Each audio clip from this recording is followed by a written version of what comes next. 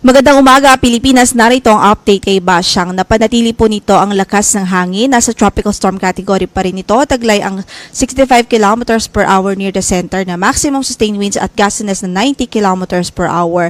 At kasalukuyan ay nakita or at 4 a.m. nakita po ang kanyang sentro sa vicinity ng Habonga, Agusan del Norte. Pero sa mga oras na ito, malaki ang posibilidad na tinatraverse na po nito ang karagatan papuntang Bohol Sea.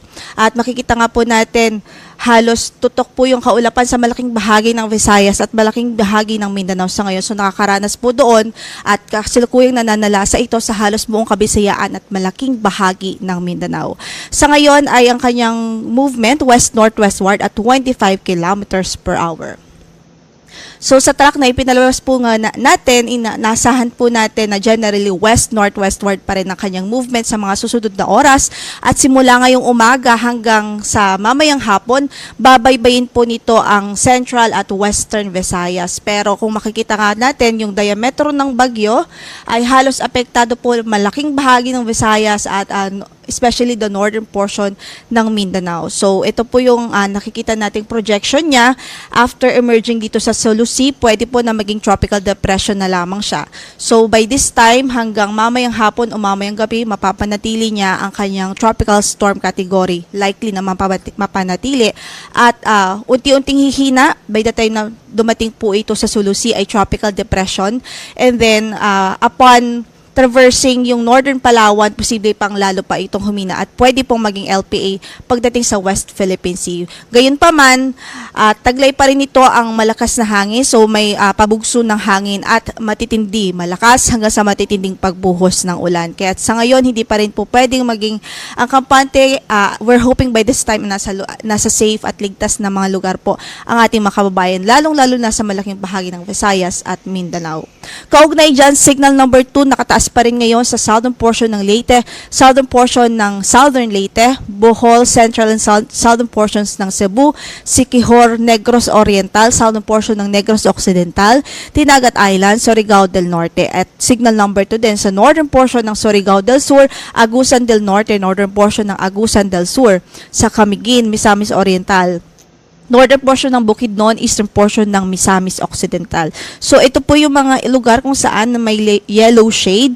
Ibig sabihin sila po yung direktang dadaanan ho ng sentro at halos eyewall nitong bagyo. So medyo sila po yung maximum impact na makakaranas ng maximum impact. Samantala, signal number 1 naman sa southern portion ng Oriental Mindoro, southern portion ng Occidental Mindoro, Romblon, northern Palawan kasama ng Calamian, Cuyo at Cagayancillo Islands, northern portion ng Masbate, southern portion ng Eastern Samar, southern portion ng Samar, Biliran, rest of Leyte, rest of Cebu, rest of Negros Occidental. Signal number 1 din sa Guimaras, Iloilo, Capiz, Aklan, Antique, rest of Surigao del Sur, rest of Agusan del Sur, northern portion of Davao Oriental, northern portion of Davao de Oro, northern portion of Davao del Norte, central portion of Bukidnon, Lanao del Norte, rest of Misamis Occidental, Lanao del Sur, eastern and central portions ng Zamboanga del Norte, northern and central portions ng Zamboanga del Sur, northeastern portion ng Zamboanga Sibugay. So, kung makikita nga po natin yung kabuuan ng signal, signal number 2 dito po sa halos central portion ng Kabisayaan at ng between Visayas at Mindanao. And then signal number 1 naman dito sa natitirang bahagi pa ng northern Mindanao at sa natitirang bahagi pa ng Visayas. Ibig sabihin, hagip ng radius ng bagyo itong mga lalawigan na ito. So, patuloy natin silang pinag-iingat. Doon sa mga nakataas ang signal number 2 ay posible ang minor to moderate threat to life and property at 62 to 88 kilometers per hour na lakas ng hangin pwede pong ma-experience doon, habang yung mga nakataas ang signal number 1 ay minimal to minor threat to life and property naman at ang hangin na inaasahan ay from 39 to 61 kilometers per hour. At ngayon, dahil matitinding pag-ulan o malakas hanggang sa matinding pagbuhos ng ulan ang inaasahan natin. Hindi lang yung lakas ng hangin yung ating kalaban dito, kundi yung mga pagbuhos ng ulan. So dahil dyan, meron tayong weather advisory at more than 200 millimeters of rainfall ay pwede pong maranasan dito sa Dinagat Island, Surigao del Norte, Agusan del Norte, Camiguin, Misamis Oriental, Bohol, Cebu, Negros Oriental, maging sa Siquijor. Kung mapapansin nyo, ito po yung mga lugar ngayon kung saan malapit ang sentro ng bagyo at yung kanyang eye wall.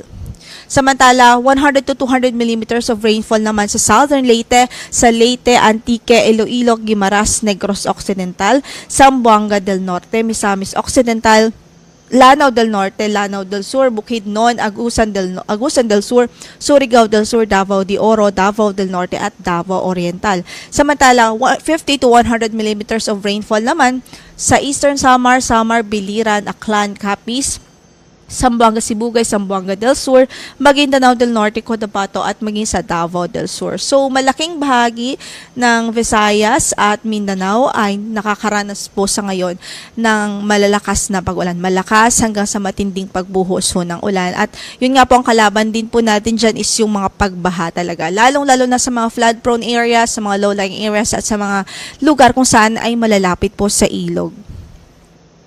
So dahil dyan, dito din sa Palawan, pwede pa rin din maka-experience ng 100 to 200 millimeters of rainfall sa araw na ito dahil approaching nga po ito papunta doon sa Central at Western Visayas, kasama na po yung papunta po ng Palawan area. Samantala at bukas naman, pwede pa rin ang 50 to 100 millimeters of rainfall sa Palawan dahil pa rin po yan sa bagyong Sibasyang. Samantala, dito naman sa Oriental Mindoro, Marinduque, Quezon at Camarines Norte, pwede rin makaranas ng malalakas na pag-ulan bukas, particular 50 to 100 millimeters of rainfall. Yan po ay dahil naman sa shear line o epekto ng shear line.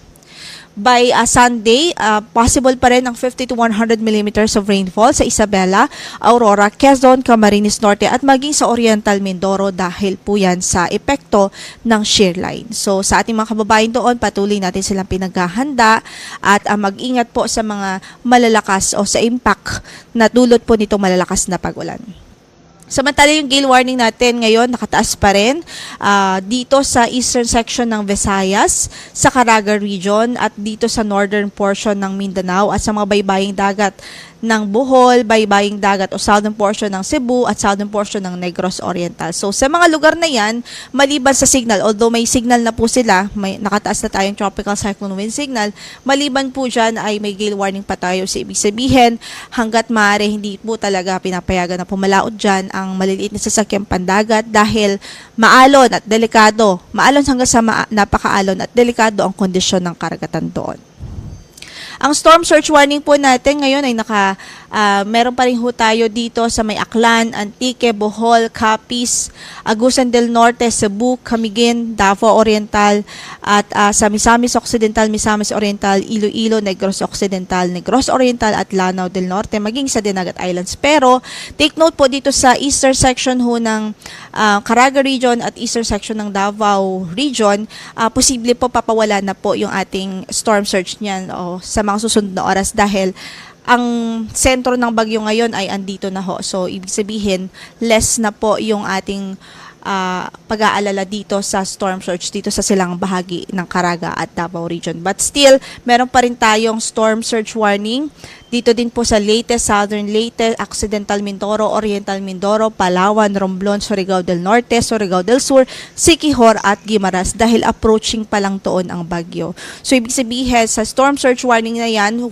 to 2 meters ang posible po na ma-experience sa mga coastal areas. Kaya hanggat maaari, yung mga kababayan natin na malalapit sa coastal areas ay pinapalayo po natin o pinapaalis po natin, lalong-lalo na po sa very vulnerable at exposed. So yan mo ang latest mula dito sa Pag-asa para po sa mga real-time na updates ng rainfall at flood warnings and advisories. Bisitahin po natin itong website nito, panahon.gov.ph. Pwede nyo rin pong scan itong QR code para po i-direct po kayo doon sa website para po magkaroon tayo ng real-time updates, especially sa flood and rainfall advisories and warnings. Yan ang latest mula sa Pag-asa. Ito po si Lori de la Cruz Galicia. Ingat po mga kababayan.